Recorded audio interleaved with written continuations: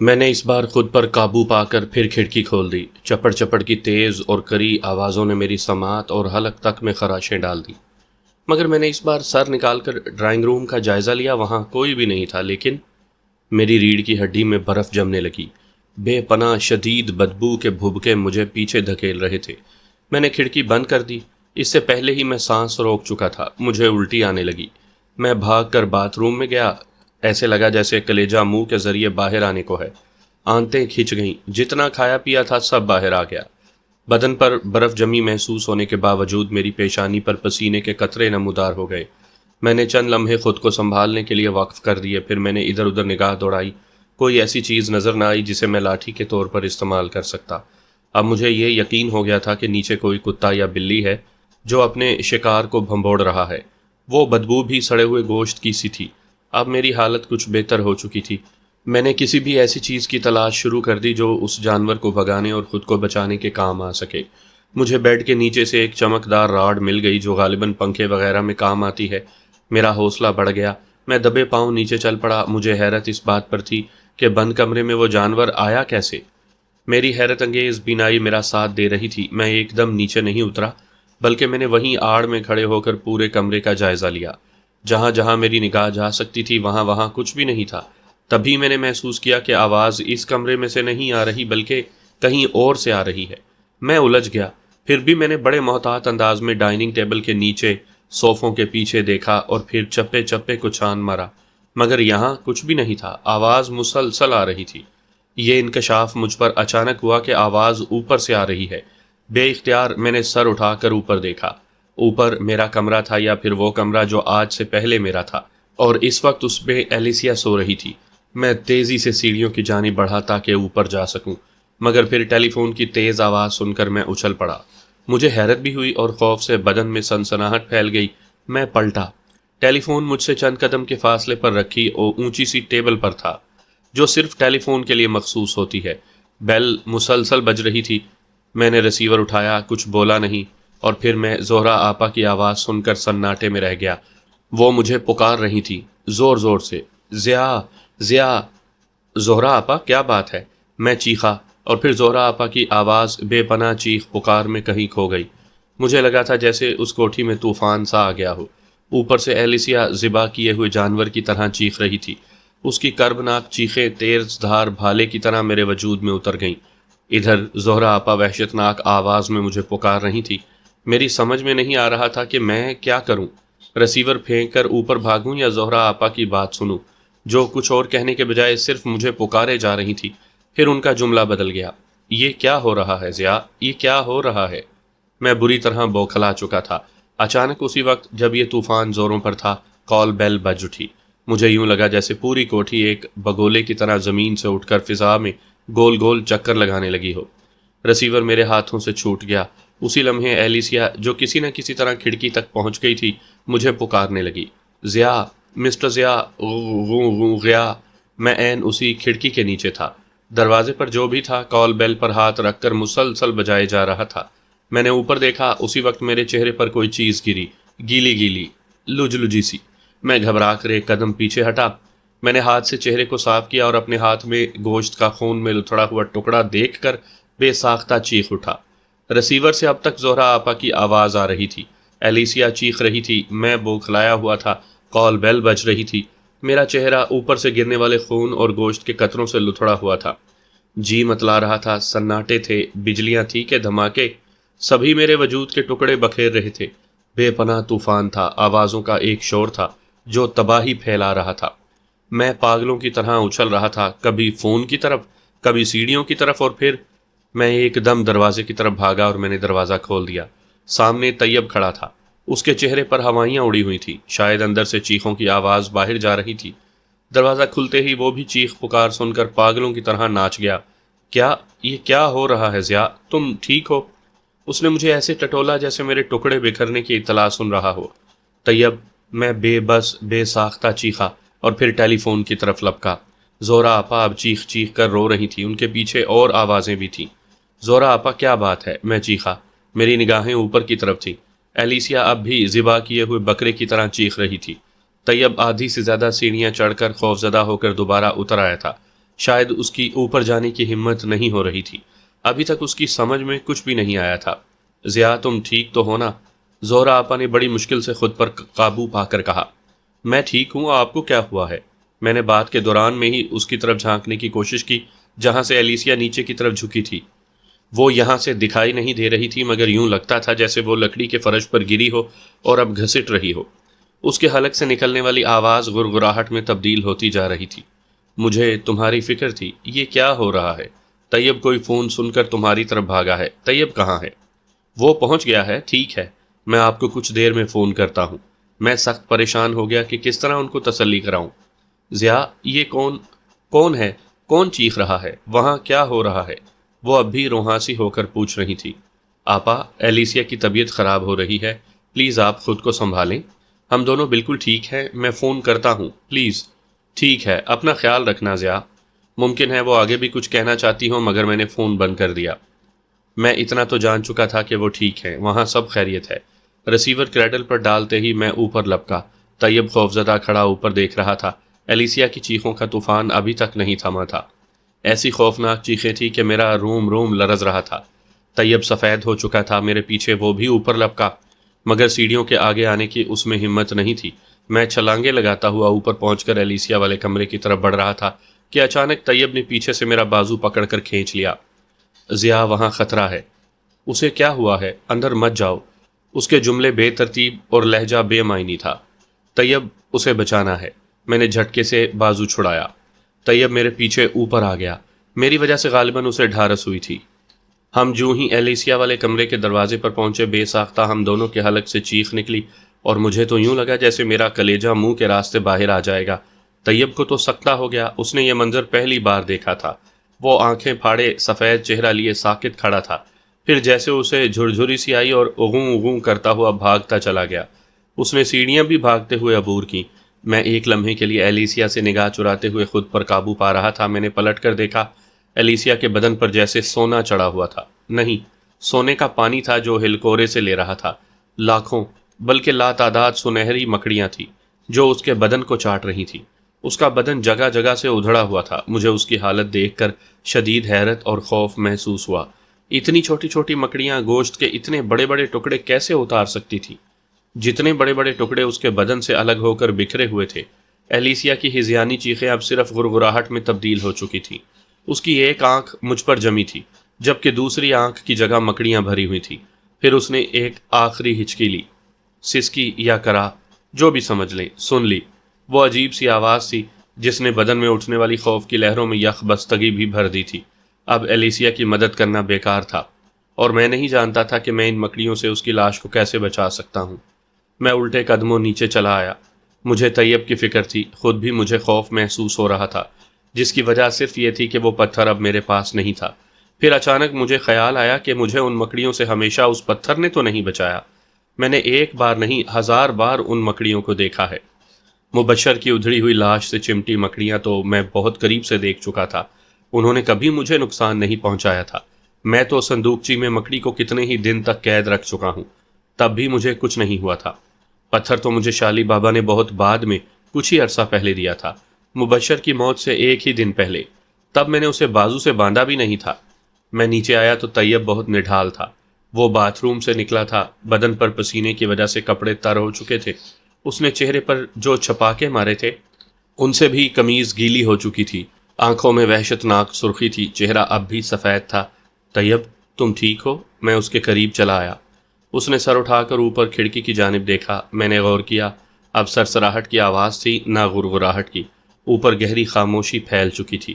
میں نے چاروں طرف دیکھا، باہر کا دروازہ جو میں نے طیب کے لیے کھولا تھا اب بھی کچھ کھلا ہوا تھا۔ نیچے بھی ہمارے سانسوں کی مدھم آواز کے سوا کوئی دوسری آواز نہیں تھی۔ میں نے پھر طیب کی طرف دیکھا، وہ بازو کی پشت سے منہ صاف کر رہا تھا، اس کی نگاہیں اب بھی اوپر اٹھی ہوئی تھی۔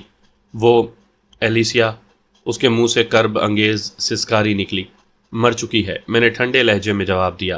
او وہ تو مکڑیاں۔ طیب، میں نے اس کے کاندھے پر ہاتھ رکھ دیا۔ ابا کی موت مختلف تھی مگر باقی سب کی اموات ایسے ہی ہوئی ہیں۔ تحسین خالہ، چچا صاحب، مبشر اور وہ منشی کی بیٹیاں سب اسی طرح مری ہیں۔ میں نے ایسی زیادہ تر اموات دیکھی ہیں، پہلی مرتبہ بڑی بوا سے چمٹی مکڑیوں نے بھی میرا یہی حشر کیا تھا، مگر اب میں ان سے اتنا خوفزدہ نہیں ہوا۔ تمہیں بھی خوفزدہ نہیں ہونا چاہیے۔ وجہ یہ ہے کہ یہ مکڑیاں نہ تمہیں کچھ کہیں گی نہ مجھے۔ کیوں؟ یہ یقین تمہیں کیوں؟ وہ اب کچھ سنبھل رہا تھا۔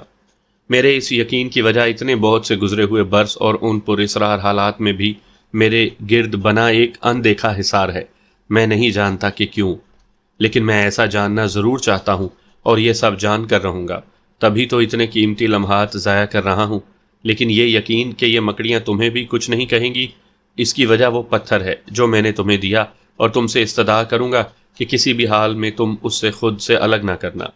ایک بات تو طے ہے کہ تم بھی اب ان حالات کی لپیٹ میں ہو۔ خود کو سنبھالو، مردانگی سے حالات کا مقابلہ کرو، اور خیالوں کی فضاؤں میں اڑنے کے بجائے زمین پر قدم جما کر چلنا اور جینا سیکھو۔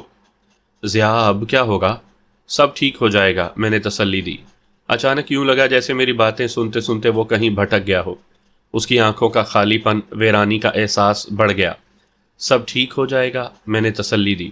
ضیاء، اس نے اینا کو میرے ہاتھوں مروا دیا اور ایلیسیا خود اس کا شکار ہو گئی۔ کیوں؟ ان دونوں کا کیا قصور تھا؟ ہاں، یہی غصہ مجھے ہے۔ زیوسا کون ہے میں نہیں جانتا، اس کا ان واقعات سے کیا تعلق ہے میں اتنا جان گیا ہوں۔ رابرٹ کی باتوں سے اندازہ ہوتا ہے کہ زیوسا ایک اہم چیز ہے۔ ایلن سے اس کو نسبت تھی، سو وہ ایلن کے حق میں ہمارا پیچھا کر رہی ہے۔ مگر وہ کیا چاہتی ہے؟ ان لوگوں کا شکار کیوں کر رہی ہے جن کا ان واقعات سے قطعی براہ راست تعلق ہے، نہ کسی اور اعتبار سے؟ شاید وہ ہمارے ارد گرد ہلچل مچا کر مجھے خوفزدہ کرنا چاہتی ہے، مگر اس کا کیا مقصد ہے، جبکہ وہ یقیناً جان چکی ہوگی کہ زنجیریں میرے پاس ہیں اور میں چٹانوں کا سا حوصلہ رکھتا ہوں۔ اسے چاہیے تو یہی کہ وہ مجھ سے بات کرے، مگر بہرحال اب تمہیں مکمل طور پر میرا ساتھ دینا چاہیے۔ اس نے ایلیسیا اور اینا کو ختم کر کے یقیناً اپنے لیے راستے صاف کیے ہیں۔ ضیاء، یہ ہم دونوں کو قتل کے کیس میں پھنسانے کی کوشش بھی تو ہو سکتی ہے۔ طیب نے بڑے پتے کی بات کی تھی، 100% یہی مقصد ہوگا، یا پھر وہ ہمیں اس طرح بلیک میل کرنا چاہتی ہے۔ اس لاش کو ٹھکانے لگاؤ ضیاء، ورنہ تم یہ بتاؤ کہ ایلیسیا سے اس کا کوئی رشتہ دار ملنے آیا تھا؟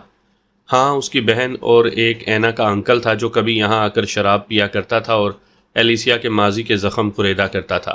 ایلیسیا اس سے بہت خوش ہوتی تھی، اکثر اسے بلایا کرتی تھی۔ بہن کم آتی تھی کیونکہ ایک تو وہ بوڑھی ہے، پھر اسے گنٹھیا کا مرض بھی ہے، اس کے لیے آنا کافی دشوار ہوتا ہے۔ نہیں، ہاں ٹھہرو، وہ کسی وتسلا کمٹیکر نامی عورت کا ذکر کیا کرتی تھی۔ غالباً وہ اس کی دوست تھی، شاید گوا میں رہتی تھی۔ وہ اکثر کہا کرتی تھی کہ وہ گوا اس کے پاس جانا چاہتی ہے، مگر اپنی بیٹی اینا کی وجہ سے یہاں رہنے پر مجبور تھی۔ وتسلا کمٹیکر کا نام سن کر میرے کان کھڑے ہو گئے۔ یہ نام میرے لیے نیا نہیں تھا، رابرٹ نے اس عورت کا ذکر کیا تھا، گویا کڑی مل چکی تھی۔ وتسلا اور ایلیسیا ایک دوسرے سے واقف تھی، مگر اس واقعے کا اس واقفیت سے کیا تعلق تھا یہ تو میں جانتا تو نہیں تھا، مگر اب معلوم کرنا آسان ضرور ہو گیا تھا۔ دوسری بات یہ کہ یہ اطمینان بھی ہو گیا کہ میں ایلیسیا کے ملنے والے سے کہہ سکتا تھا کہ وہ گوا گئی ہوئی ہے وتسلا کے پاس۔ ٹھیک ہے، اب تم بتاؤ تمہاری کیا کیفیت ہے؟ میں نے طیب سے پوچھا۔ اب بہتر ہوں، وہ سنبھل کر بیٹھ گیا۔ کیا اتنی ہمت ہے کہ ایلیسیا کی لاش کو ٹھکانے لگانے کے لیے میری مدد کر سکو؟ کیا کرو گے اس کا؟ اس کے چہرے پر سایہ سا آ کر گزر گیا۔ کچھ نہ کچھ تو کرنا پڑے گا۔ چلو اٹھو، مجھے کوٹھی کا پچھلا حصہ دکھاؤ۔ بہتر تو یہی ہے کہ ہم اسے یہیں کہیں دفن کر دیں۔ باہر لے جانا ہمارے لیے ہزاروں دشواریاں پیدا کر دے گا۔ تم اسے یہیں دفنا دو گے اور خود کیسے رہو گے؟ میں قبرستان میں بھی رہ سکتا ہوں، میری فکر نہ کرو۔ ضیاء، میرا خیال ہے کہ تم واپس گھر چلے چلو۔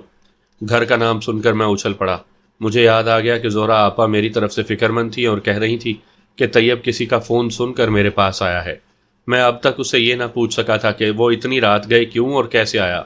طیب، تم یہاں کیوں آئے تھے؟ اور میں نے دیکھا کہ وہ خود بھی چونک اٹھا، شاید وہ خود بھی بھول چکا تھا۔ یہاں کے طوفان نے اسے سب کچھ بھلا دیا تھا۔ وہ ہاں ضیاء، میں تو بالکل بھول گیا، میں یہاں سے جا کر بہت بے چین تھا۔ سونا چاہتا تھا مگر اینا کی لاش اور ایلیسیا کا بلکنا یاد آ جاتا تھا۔ نیند نہیں آ رہی تھی، پتہ نہیں کیا وقت ہو چکا تھا، میری بے چینی بڑھتی جا رہی تھی۔ میں بستر پر دراز کروٹیں بدل رہا تھا، اچانک ٹیلی فون کی گھنٹی بجنے لگی۔ اتنی رات گئے، کبھی ہمیں کسی نے فون نہیں کیا۔ گھر کے تمام لوگ گہری نیند میں تھے، اچھا ہوا کہ میں جاگ رہا تھا۔ میں نے پہلی بیل پر ہی فون اٹھا لیا۔ دوسری طرف وہی منحوس عورت تھی، کہنے لگی تم یہاں آرام سے لیٹے رہو، ضیاء کی خبر لو۔ اتنا کہہ کر اس نے فون رکھ دیا۔ میں پاگل ہو گیا۔ ہیلو ہیلو کہہ کر چیخنے لگا۔ یہ خیال بھی نہ آیا کہ میری آواز سے گھر کے لوگ اٹھ جائیں گے۔ اس نے فون بند کر دیا تھا۔ اچانک میں اٹھا اور نیچے بھاگا۔ میں نے گاڑی کی چابی لی اور دروازہ کھول رہا تھا کہ زہرا چچی گھبرائی ہوئی میری طرف لپکی۔ شاید انہوں نے فون سن لیا تھا، وہ تمہارے بارے میں استفسار کر رہی تھی۔ میں نے کہہ دیا کہ میں تمہارے پاس جا رہا ہوں۔ فون کے بارے میں بھی میں نے انہیں بتا دیا، پھر وہ چیختی رہ گئی اور میں نکل آیا۔ میں نے گہرا سانس لیا۔ میں سمجھ گیا کہ اس نے تمہیں کیوں بھیجا ہے۔ کیوں؟ وہ بے چینی سے پہلو بدل کر بولا۔ تمہیں خوفزدہ کرنا مطلوب تھا۔ بہرحال تمہاری آمد سے مجھے حوصلہ ہوا ہے۔ آؤ اٹھو، وقت ضائع کرنا خطرناک ہے، ہم اس کی اگلی چال سے واقف نہیں ہیں۔ میں کھڑا ہو گیا۔ ابھی صبح نہیں ہوئی تھی، لیکن میرا اندازہ تھا کہ ابھی کچھ ہی دیر میں سورج کی کرنیں سارا اندھیرا نگل لیں گی۔ طیب واقعی خود کو کافی حد تک سنبھال چکا تھا۔ ہم دونوں باہر آئے۔ باہر بھی گہرا سناٹا تھا، جس میں بولتے بولتے اچانک دم ساد لینے والے جھینگر اس سناٹے کو توڑ اور جوڑ رہے تھے۔ میں نے دیوار کے ساتھ رکھے درازوں والے ایک لمبے ریک کی ایک دراز سے ٹارچ نکال لی۔ یہ میں اس وقت دیکھ چکا تھا جب ایلیسیا آرام کر رہی تھی، اور میں نے گھر کا جائزہ لیا تھا تاکہ ہر چیز دیکھ سکوں اور کسی چیز کے لیے ایلیسیا کو زحمت نہ دینی پڑے۔ ہم دائیں جانب کی طرف سے ہوتے ہوئے اس طرف آ گئے جہاں اینا کا کمرہ تھا۔ دروازہ کھلا ہوا تھا، لائٹ آن تھی، اندر اینا کا سامان رکھا ہوا تھا۔ ایک بیگ تھا اور چند جوڑے ہینگر میں لگے دیوار پر لٹکے ہوئے تھے۔ میں پہلے اندر چلا گیا۔ طیب میرے ساتھ تھا۔ اندر جا کر میں نے اس کا سامان سمیٹا، کپڑے بیگ میں ٹھونسے اور بیگ کو بیڈ کے نیچے گھسا دیا۔ پھر میں باہر چلا گیا۔ طیب ٹارچ لیے آگے بڑھ رہا تھا۔ یہاں اندھیرا تھا، اور جب میں نے اینا کے کمرے کی لائٹ بند کر کے دروازہ بھیڑ دیا تو یہ اندھیرا اور گہرا ہو گیا۔ اب ہم ٹارچ کے روشن دائرے کے تعاقب میں تھے۔ یہ حصہ جھاڑ جھنکار سے بھرا ہوا تھا۔ دور تک پھیلے اس کچے حصے کی صفائی یوں بھی اس بوڑھی اور موٹی ایلیسیا کے بس کی بات نہیں تھی۔ پچھلا حصہ آگے کے حصے سے کافی بڑا تھا، اتنا بڑا کہ اس کے اندر ایک اور کوٹھی تعمیر ہو سکتی تھی۔ یہ جگہ ایک لاش نہیں بلکہ کئی لاشیں دبانے کے لیے بھی انتہائی موزوں ہے۔ بے ساختہ میرے منہ سے نکلا، ہاں لگتا ہے جیسے قبرستان ہو۔ طیب نے جھرجھری لے کر کہا۔ یہاں جھینگروں کی آواز تیز ہو گئی تھی، جو کبھی کبھی ہمارے قدموں کی آہٹ پر اچانک ڈوب جاتی تھی۔ طیب ٹارچ سے زمین کو روشن کر رہا تھا۔ ہمیں بہت سنبھل کر چلنا پڑ رہا تھا۔ یہاں جگہ جگہ کیکٹس لگے تھے، کانٹے دار جھاڑیاں بھی بکثرت موجود تھیں۔ میں ایک جگہ رک گیا۔ میں نے ٹارچ سے دور تک کا جائزہ لیا۔ احاطے کی دیوار کافی اونچی تھی، دائیں بائیں آگے پیچھے کوئی عمارت نہیں تھی۔ یہ میرے حق میں بہتر تھا۔ آؤ طیب، میں واپس لوٹ گیا۔ تم کیا کرنا چاہتے ہو ضیاء؟ ایلیسیا کی لاش کو دفن کرنا ہے۔ ہمیں پھاوڑا، کدال، بیلچہ جیسی چیزوں کی ضرورت ہوگی۔ لان میں تازہ کھدائی سے اندازہ ہوتا ہے کہ ہمیں یہاں ان چیزوں میں سے کچھ نہ کچھ ضرور مل جائے گا۔ کہاں؟ یہ دیکھنا ہے۔ میں جانتا ہوں تمہیں ایسی چیزیں کہاں ملیں گی۔ گڈ، کہاں؟ بائیں طرف جو گیراج سا بنا ہوا ہے اس طرف لکڑی کا ایک کیبن ہے۔ غالباً یہ کیبن چوکیدار کے لیے بنایا گیا ہوگا، مگر ایلیسیا اسے اسٹور روم کی طرح استعمال کرتی تھی۔ مگر ضیاء، ایلیسیا کی لاش کو ہم وہاں تک کیسے لے کر جائیں گے؟ میرے بازوؤں میں بڑا دم ہے طیب، میں نے اس کی طرف دیکھے بغیر کہا۔ نہیں، میرا مطلب ہے کہ وہ مکڑیاں۔ اور سنو، اچانک وہ خوفزدہ ہو کر رک گیا۔ میرا بازو پکڑ کر مجھے بھی روک لیا۔ ہاں، وہ مکڑیاں پورے گھر میں پھیل جائیں گی۔ پھیل گئی ہوں گی ضیاء۔ اچانک وہ اپنے کپڑے جھاڑنے اور اندھیرے میں یوں آنکھیں پھاڑ پھاڑ کر اپنے بدن کو دیکھنے لگا جیسے ان مکڑیوں کو تلاش کر رہا ہو۔ کچھ نہیں ہے طیب۔ میں نے ایسا کہنے سے پہلے اپنی بینائی کی اس پراسرار قوت سے کام لے کر اس کے اور اپنے بدن پر دیکھ لیا تھا، مگر وہ گھر پر تو نہیں ہوں گی۔ اب ایلیسیا کی لاش کو بھی یوں ہی چھوڑ گئی ہوں گی۔ مت گھبراؤ۔ اب ہم ڈرائنگ روم کے دروازے تک پہنچ گئے تھے۔ یہاں روشنی تھی۔ میرے اطمینان دلانے کے باوجود طیب نے سیڑھی پر قدم رکھنے سے پہلے سیڑھی کو غور سے دیکھا۔ اس کا ایک ہاتھ اب بھی اپنے بدن کو ٹٹول رہا تھا۔ کبھی کبھی وہ کپڑے جھاڑنے لگتا تھا، کبھی گدی پر ہاتھ پھیرتا جیسے کسی رینگتی ہوئی چیز کو جھاڑ رہا ہو۔ میں نے کہا نا کہ اب کچھ نہیں ہے، اطمینان رکھو۔ میں اندر داخل ہوتے ہوئے بولا۔ وہ پھونک پھونک کر قدم رکھ رہا تھا۔ جب اسے اطمینان ہو گیا تب پرسکون ہوا۔ آؤ اوپر چلتے ہیں، پہلے ایلیسیا کو دیکھ لیں پھر چیزیں تلاش کریں گے۔ میں نے ٹارچ رکھ کر سیڑھیوں کی طرف قدم بڑھایا۔ نہیں ضیاء، یار میری ہمت نہیں ہوتی، وہ جھجکا۔ طیب، یہ بھی ہو سکتا ہے کہ آئندہ پیش آنے والے حالات اس سے بھی زیادہ خوفناک ہوں۔ کیا تم عورتوں کی طرح خوف سے مر جانا چاہتے ہو؟ نہیں، اس وقت ذرا، وہ صوفے پر بیٹھتے ہوئے بولا۔ کچھ نہیں، چلو آؤ، میں نے ذرا سرد لہجے میں کہا۔ بچوں کی طرح سہمے ہوئے ہو جبکہ جانتے ہو کہ نہ تمہیں کوئی گزند پہنچی ہے نہ مجھے۔ وہ اٹھ کھڑا ہوا۔ اب میں آگے آگے تھا اور طیب میرے پیچھے۔ لکڑی کی سیڑھیاں بول پڑی، پل بھر کو اس آواز سے طیب ٹھٹکا، پھر اوپر چڑھنے لگا۔ میں اپنی بینائی سے کام لے کر چپے چپے کا جائزہ لے رہا تھا۔ سب ٹھیک تھا۔ میں اپنے کمرے کے دروازے کے قریب سے گزرا تو میں نے احتیاطاً اپنے کمرے کے بند دروازے کو کھول کر اندر جھانکا۔ یہاں ہر طرح سکون تھا۔ میں پھر دروازہ بھیڑ کے آگے بڑھا۔ ایلیسیا کمرے کے بیچوں بیچ پڑی تھی۔ اس کے بدن کا آدھے سے زیادہ گوشت ادھڑ چکا تھا، کئی جگہ سے کھال پھٹی ہوئی تھی، گوشت کے ٹکڑے بھی لٹکے ہوئے تھے، مگر حیرت انگیز بات تھی کہ اس کے بدن کا گوشت بالکل سفید تھا، خون کا ایک قطرہ تک نہیں تھا، نہ فرش پر ہی پھیلا ہوا خون نظر آ رہا تھا جو میں اب سے پہلے دیکھ چکا تھا۔ یوں لگ رہا تھا جیسے کسی نے پونچھا دے کر سب کچھ صاف کر دیا ہو۔ ایلیسیا کا چہرہ سلامت تھا، ایک بھی مکڑی اس کے بدن پر یا کمرے میں نہیں تھی، سب کچھ ویسا ہی تھا جیسا میں نے پہلے دیکھا تھا۔ جو چیزیں ایلیسیا کے تڑپنے اور اٹھنے بھاگنے کی وجہ سے بے ترتیب ہو گئی تھیں وہ بھی جوں کی توں پڑی تھی۔ میں نے بیڈ کی چادر گھسیٹ کر ایلیسیا کی لاش پر ڈال دی، پلٹ کر طیب کی طرف دیکھا تو وہ منہ پھیرے کھڑا تھا۔ دیکھا تم نے، ایک بھی مکڑی نہیں ہے، میں نے کہا تھا نا۔ مگر ضیاء، یہ کیسی مکڑیاں ہیں یار، نہ کہیں پڑھا نہ سنا نہ دیکھا، وہ جھرجھری لے کر بولا۔ اب تو دیکھ لیا نا، تمہیں تو خوش ہونا چاہیے۔ مجھے یاد ہے جب تم چچا صاحب کی موت پر آئے تو کس قدر بے چین تھے کہ کاش تم وہ تمام حالات دیکھ پاتے جس میں وہ مرے ہیں۔ ہاں، مگر مجھے ان باتوں سے ویسی ہی دلچسپی تھی جیسے پر اسرار کہانیاں پڑھنے سے ہوتی ہے۔ میرا خیال ہے کہ میں ایسی خونخوار پر اسراریت کو افورڈ نہیں کر پا رہا۔ چلو وہ چیزیں تلاش کرتے ہیں۔ میں واپس پلٹا۔ اب وہ کافی حد تک خود پر قابو پا چکا تھا۔ پھر ہم ٹارچ لے کر باہر آ گئے۔ بائیں جانب بھی کافی جھاڑیاں اگائی تھی۔ پتہ نہیں لان ٹھیک کروانے کے بعد ایلیسیا اس حصے کی طرف کیوں توجہ نہیں دیتی تھی، حالانکہ یہ صفائی وہ کسی مالی سے بھی کروا سکتی تھی۔ یقیناً لان بھی خود اس نے ٹھیک نہیں کیا ہوگا، وہ کافی لیزی عورت تھی۔ تقریباً 50 قدم کے فاصلے پر ٹین کا ایک چھپر ڈال کر گیراج بنایا گیا تھا۔ اس گیراج کے ساتھ ہی لکڑی کا وہ کیبن تھا جو اس وقت بند تھا۔ یہاں باہر سے کنڈی لگی تھی مگر تالا نہیں تھا۔ میں نے باہر کوئی سوئچ تلاش کرنے کی کوشش کی، سوئچ تو مل گیا مگر سارے سوئچ آن کرنے کے باوجود اس حصے میں روشنی نہیں ہوئی۔ غالباً بلب نہیں لگے تھے یا پھر خراب تھے۔ میں نے کنڈی کھولی، اندر جھانکا، کاٹ کباڑ بھرا ہوا تھا مگر بے ترتیب نہیں تھا۔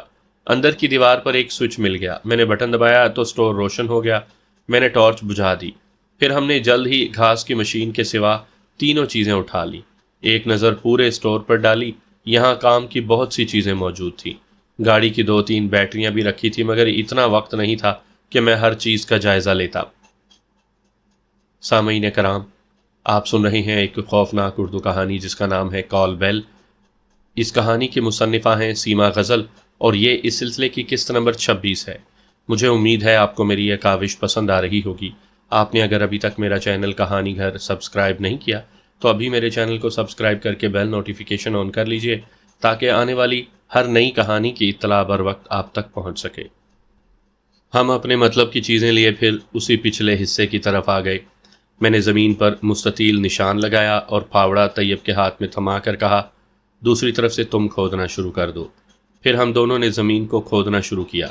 پتہ نہیں ہم کتنی دیر تک کھودتے رہے، ہمارے بدن پسینے میں شرابور ہو گئے، سانس بری طرح پھول گئی مگر ہم رکے نہیں۔ میں نے کدال اس وقت پھینکا جب اطمینان ہو گیا کہ اتنی گہرائی کافی ہے۔ طیب تو ہانپنے لگا تھا، اس کا سانس دھونکنی کی طرح چل رہا تھا، شاید اس نے پہلی بار اتنی جسمانی محنت کی تھی۔ اس کی قمیض اب پسینے سے بھیگ چکی تھی۔ میں اور وہ 2 بڑے پتھر قریب کر کے وہیں بیٹھ گئے۔ میں سانس کے قابو میں آنے کا منتظر تھا۔ چند ہی لمحوں میں نے خود پر قابو پا لیا۔ طیب کی حالت کافی ابتر تھی، پھر رفتہ رفتہ وہ بھی نارمل ہو گیا۔ چلیں؟ ہاں، اس نے سر ہلایا اور پھاوڑا رکھ کر کھڑا ہو گیا۔ ہم دونوں پھر گھر کے اندر آئے۔ ہم نے ایلیسیا کی لاش کو اس پر پھیلی چادر ہی میں لپیٹا اور بڑی مشکلوں سے نیچے لائے۔ وہ مرنے کے بعد اور زیادہ بھاری ہو گئی تھی۔ پھر عجیب بات یہ تھی کہ اس کی لاش میں ایک عجیب سی بدبو آ رہی تھی جو ہم دونوں کو بے پناہ ناگوار گزر رہی تھی، مگر اسے اٹھانا اور دفنانا ہمارے لیے بہت ضروری تھا، اس لیے برداشت کر رہے تھے۔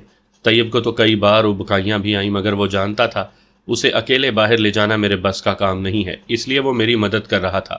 ہمیں اس کی لاش کو باہر لے جانے اور اسے دفنانے میں تقریباً گھنٹہ بھر لگ گیا۔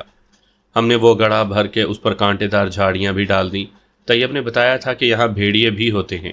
میں نے حفظ ما تقدم کے طور پر بہت سی جھاڑیاں پھیلا دی تھی ورنہ کوئی بھوکا بھیڑیا ایلیسیا کی موت کا راز فاش کر سکتا تھا۔ یہ سب کرتے کرتے ہم بری طرح نڈھال ہو گئے۔ گھر کے اندر داخل ہوئے، گھڑی پر نگاہ پڑی تو 5:30 بج رہے تھے۔ 2-2.5 گھنٹے میں اس عمارت کے اندر ایک قیامت آ کر گزر چکی تھی اور سارا عالم گہری نیند میں تھا، مگر نہیں، زہرا آپا اب بھی ہماری طرف سے پریشان تھی۔ اس کا احساس اچانک بج اٹھنے والے فون نے مجھے دلایا۔ پہلے تو ہم دونوں ہی بیل سن کر اچھل پڑے، پھر ریسیور اٹھاتے ہی میں زہرا آپا کی آواز پہچان گیا۔ وہ اب بھی رو رہی تھی، آواز بھاری ہو رہی تھی جیسے اس وقت سے اب تک روتی رہی ہوں۔ مجھے ندامت ہوئی، میں نے ان سے کہا تھا کہ میں انہیں فون کرتا ہوں مگر… ہیلو ضیاء، خدا کے واسطے مجھے بتاؤ تم کیسے ہو، تم یہاں کیوں نہیں آ جاتے؟ طیب کہاں ہے؟ کیا ہوا تھا ضیاء؟ پلیز زہرا آپا، میں نے بڑے پرسکون اور ٹھہرے ہوئے لہجے میں جواب دیا۔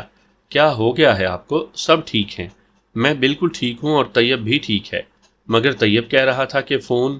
وہ میرے ایک دوست نے شرارت کی تھی، بلا وجہ اسے پریشان کیا، مگر سب ٹھیک ہے، میں بالکل ٹھیک ہوں اور طیب بھی ٹھیک ہے۔ اور وہ شور، وہ چیخیں، وہ کس کی تھی؟ ان کی تسلی نہیں ہو رہی تھی۔ او وہ… میں زور سے ہنسا، وہ ایلیسیا سیڑھیوں سے گر گئی تھی عین اسی وقت جب آپ نے فون کیا تھا۔ دراصل میں سو رہا تھا۔ وہ بیل کی آواز سن کر جلدی سے نیچے آ کر فون اٹھانا چاہتی تھی کہ میری نیند خراب نہ ہو، مگر اسی عجلت کی وجہ سے اس کا پیر پھسل گیا۔ دوسری طرف کال بیل بھی بجنے لگی تھی۔ طیب آ گیا تھا۔ میں سخت بوکھلا گیا تھا۔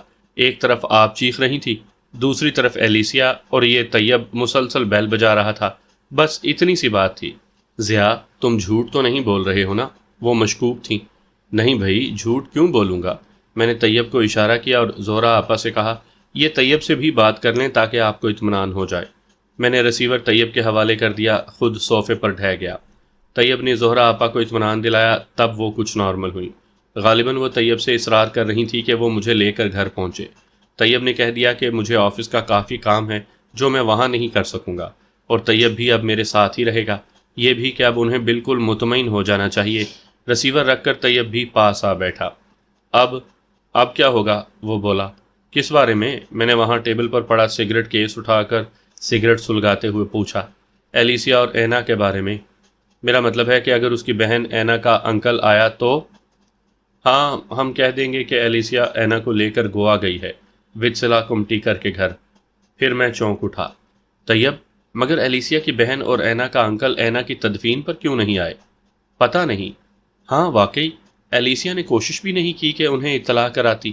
شاید انہیں فون کیا ہو اور وہ نہ ملے ہوں۔ پتہ نہیں ضیاء، اور یہ اچھا ہی ہوا نا، ورنہ اگر… ہاں اچھا ہی ہوا، مگر کیا اس کی بہن کا وتسلا سے رابطہ نہیں ہوا ہوگا؟ یا ممکن ہے بعد میں ہو جائے، تب اسے پتہ چل جائے گا کہ ہم نے ان سے جھوٹ بولا ہے۔ کہہ دینا کہ یہاں سے تو یہی کہہ کر گئی تھی۔ میرا خیال ہے کہ ان دونوں سے اتنی دلچسپی نہیں تھی کہ وہ کھوج میں لگیں۔ اس کا انکل البتہ شراب کی بو سونگھتا ہوا آ سکتا ہے، بہن شاید سال میں 2 چکر لگا لے۔ پہلے چکر پر ہی جب اسے پتہ چلے گا کہ وہ اب یہاں نہیں ہے تو شاید دوسرا چکر بھی نہ لگائے۔ طیب نے جگ سے گلاس میں پانی انڈیلتے ہوئے کہا اور ایک ہی گھونٹ میں گلاس خالی کر دیا۔ صبح کے آثار نمایاں ہو رہے تھے اور مجھ پر ہی نہیں، طیب پر بھی نیند غالب آتی جا رہی تھی۔ چلو کچھ دیر کو سو لیتے ہیں، میں نے اٹھتے ہوئے کہا۔ یار یہ عجیب کوٹھی ہے، اتنی بڑی ہے مگر اس میں کمرے کم ہیں۔ طیب نے چاروں طرف دیکھا۔ ہاں یہ بات مجھے بھی عجیب لگتی ہے۔ ویسے سنو، میں ٹھٹک گیا۔ جب ہم پچھلی طرف گئے تھے تو اندرونی عمارت کافی بڑی محسوس ہوئی تھی۔ اس کا رقبہ اتنا نہیں تھا جتنا اندر سے نظر آ رہا تھا۔ طیب بھی میری بات سن کر چونک اٹھا۔ اس نے چاروں طرف دیکھا۔ ڈرائنگ روم کے پچھلے حصے کی پوری دیوار بھاری پردوں میں چھپی ہوئی تھی۔ دروازے کے قریب دائیں جانب اوپر جاتی سیڑھیاں تھیں، جبکہ ان سیڑھیوں سے کچھ فاصلے پر کچن تھا۔ کچن کافی بڑا تھا، 4 کرسیاں اور چوکور میز کچن میں بھی تھا۔ فریج تھا جو کافی قدیم لگتا تھا۔ بائیں طرف ایک بڑا باتھ روم تھا، مگر باہر سے لگتا تھا کہ نیچے کچھ اور بھی ہے، بلکہ اس حساب سے کہ اس رقبے کے اندر اوپر بھی کمرے بنائے گئے تھے، لگتا تو یہ بھی تھا کہ اوپر بھی کچھ اور ہونا چاہیے۔ میں جائزہ لیتا ہوا اس پچھلی دیوار کی طرف بڑھا جو بھاری پردوں کے پیچھے تھی۔ میں نے ایک جانب لٹکی ڈوری کھینچی تو بہت اونچائی سے لگے بھاری پردے کا ایک حصہ ایک جانب ہٹ گیا۔ بجلی کا کوندا سا لپکا۔ یہاں بھی درمیان میں لکڑی کی دیوار تھی، گویا اس ڈرائنگ روم کے پچھلے حصے کو اس حصے سے علیحدہ کرنے کے لیے دیوار لگائی گئی تھی۔ اس حصے میں مجھے بظاہر کوئی دروازہ نظر نہیں آیا۔ میں نے ہاتھ سے ٹٹولا، وہ صرف دیوار تھی۔ میں نے دوسرا پردہ بھی ہٹا دیا۔ میں اور طیب دونوں چونک اٹھے۔ یہاں لکڑی کا ایسا جوڑ تھا جیسے دروازہ ہوتا ہے، مگر نہ تو ہینڈل تھا، نہ نوب، اور نہ ہی کوئی لاک یا کنڈی۔ میں نے اس حصے کو دھکا دیا، ایسے لگا جیسے وہ دروازہ ہی ہے مگر اندر سے لاک ہے۔ طیب بھی جلدی سے میرے قریب آ گیا۔ یہ دروازہ ہی ہے، اس نے اوپر دیکھتے ہوئے کہا۔ ہاں لگ تو رہا ہے مگر… ٹھہرو، طیب نے کہا اور تیزی سے کچن میں چلا گیا۔